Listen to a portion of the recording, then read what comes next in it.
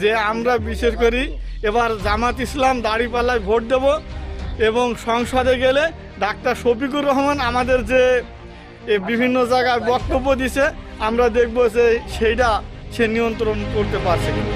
যে 3 ঘন্টা তার আইডি কার্ড হয়ে যায়, আমার 5 বছর থেকে আজ একটা স্মার্ট কার্ড পেলাম না, সে কত উন্নতি করতে পারে। আগে সে বলতে পারতো যে আগে যাদের স্মার্ট কার্ড হয়নি তাদের আগে ঠিক করো, আমারটা পরে হবে।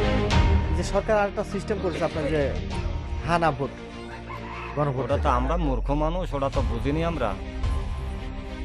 এখন ওটা আমাদের বুঝাতে হবে, তারপরে তো আমরা যাক দিয়ে আসি জীবন বয়স তা কি দেবো আর ধানের শিশি।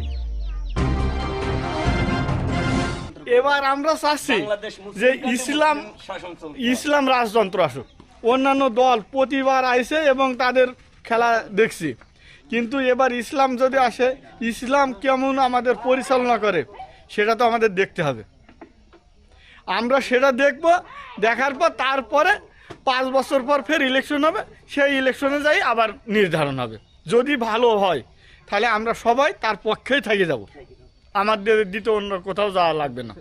আর যদি আমাদের এই পক্ষটা ভালো না হয় তখন আমরা আবার অন্যদিকে যাব, আবার কারণ এইটা হইলো আমাদের হিসাব।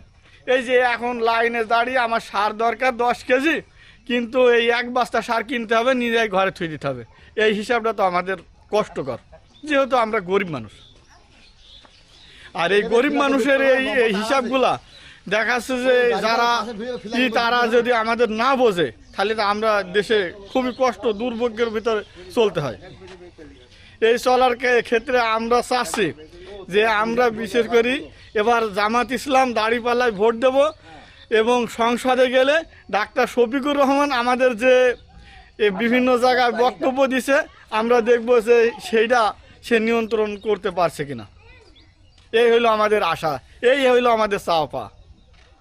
যদি আমাদের এই চাওয়াটা পূরণ করতে পারে, আর আমরা যদি মনে করেন যে বিভিন্ন জায়গায় লাইনে দাঁড়িয়ে সার না নিতে হয়, খালি মানুষের চাষি এবং অন্যান্য লোকের ভিতরে। আর এই যে ইসলাম বলছে, ইসলাম তো সঠিক নির্ধারণ, ভুলের পথ না আর মিথ্যার পথ না। আর মিথ্যার আশ্রয় যদি নেয় তাহলে তো হবে না। আমরা চাচ্ছি যে মিথ্যার আশ্রয় থেকে এ যাবৎ পর্যন্ত আমরা যা করছি সম্পূর্ণ ভুল করছি, এটা সত্যর আশ্রয়ের জন্য আমরা এতটুকু চেষ্টা করব। মিরপুর উপজেলাতে জামাত ফার্স্ট হবে, বর্তমান মিরপুর উপজেলাতে। ঠিক আছে, বর্তমান আমাকে যে কটা ইউনিয়ন আছে এখান থেকে জামাত ফার্স্ট হয়ে যাবে। বিএমপি ধরো যে ভোট পাবে না তেমন একটা, কারণ ওকে তো দেখছে, ওকে তো আমরা তো দেখেছি যে দেশের সরকার আমার আইডি কার্ড 2018 সালে করেছে, এখন পর্যন্ত আমার স্মার্ট আইডি কার্ড পাইনি। আর 17 বছর বাইরে থেকে যে 3 ঘন্টায় তার স্মার্ট কার্ড হচ্ছে, তাহলে সে জনগণকে কত সেবা দিতে পারবে আমার বোঝা শেষ। আমার এই বয়সে আমার বোঝা শেষ, আমি আর পাচ্ছি না।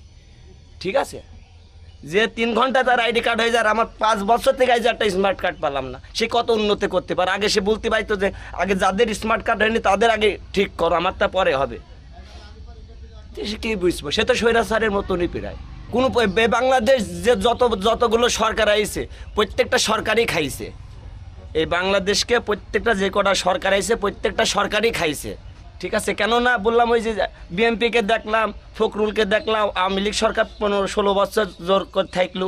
আবার ধরো যে আমরা তো 71-এর যুদ্ধ দেখিনি, কিন্তু এই 5 আগস্টের যুদ্ধ আমরা দেখেছি। ঠিক আছে, তাহলে আমরা দেশ চাই সুন্দরভাবে পরিচালনা হোক, সন্ত্রাস মাদক এগুলো মুক্ত থাকুক, দেশটা সুন্দরভাবে পরিচালনা করুক। মাদক ঢুকায় কারা এলাকায়? খেয়াল করে দেখেন, মাদক ঢোকায় কারা?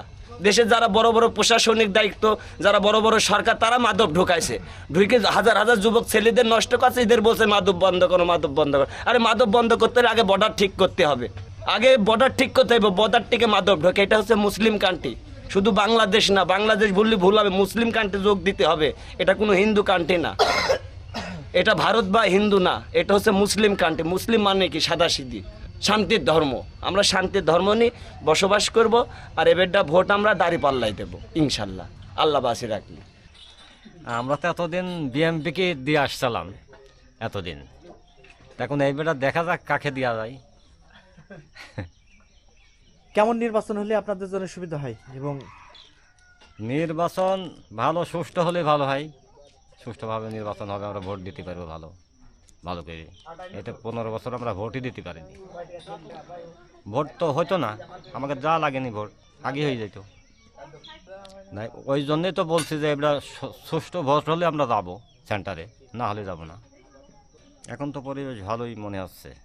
এই যে সরকার আরেকটা সিস্টেম করেছে আপনার যে হানা ভোট, গণভোট। ওটা তো আমরা মূর্খ মানুষ, ওটা তো বুঝিনি আমরা, এখন ওটা আমাদের বুঝাতে হবে, তারপরে তো আমরা বুঝবো। আমরা যাক দিয়ে আসি জীবন বয়স তাকেই দেবো আর কি। ধানের শিশি কইরে আসি, ধানের শিশি ভোট দেবো, ও পাক আর না পাক। আমার বাপ দাদারে কইরে আসছে, এখন আমরাও তাকেই দেবো, সে পাক চাই না পাক, সে রাজা হোক চাই না হোক, তার সাথে কোনো সাথী নেই। এই যে একই দিনে যে জাতীয় নির্বাচনের দিনে যে গণভোট অনুষ্ঠিত হবে, আসলে এই বিষয়টা গণভোট সম্পর্কে কি জানেন? গণসংখ্যা সম্বন্ধে আমরা কিছুই জানি না, এটা আমরা বুঝি নাই।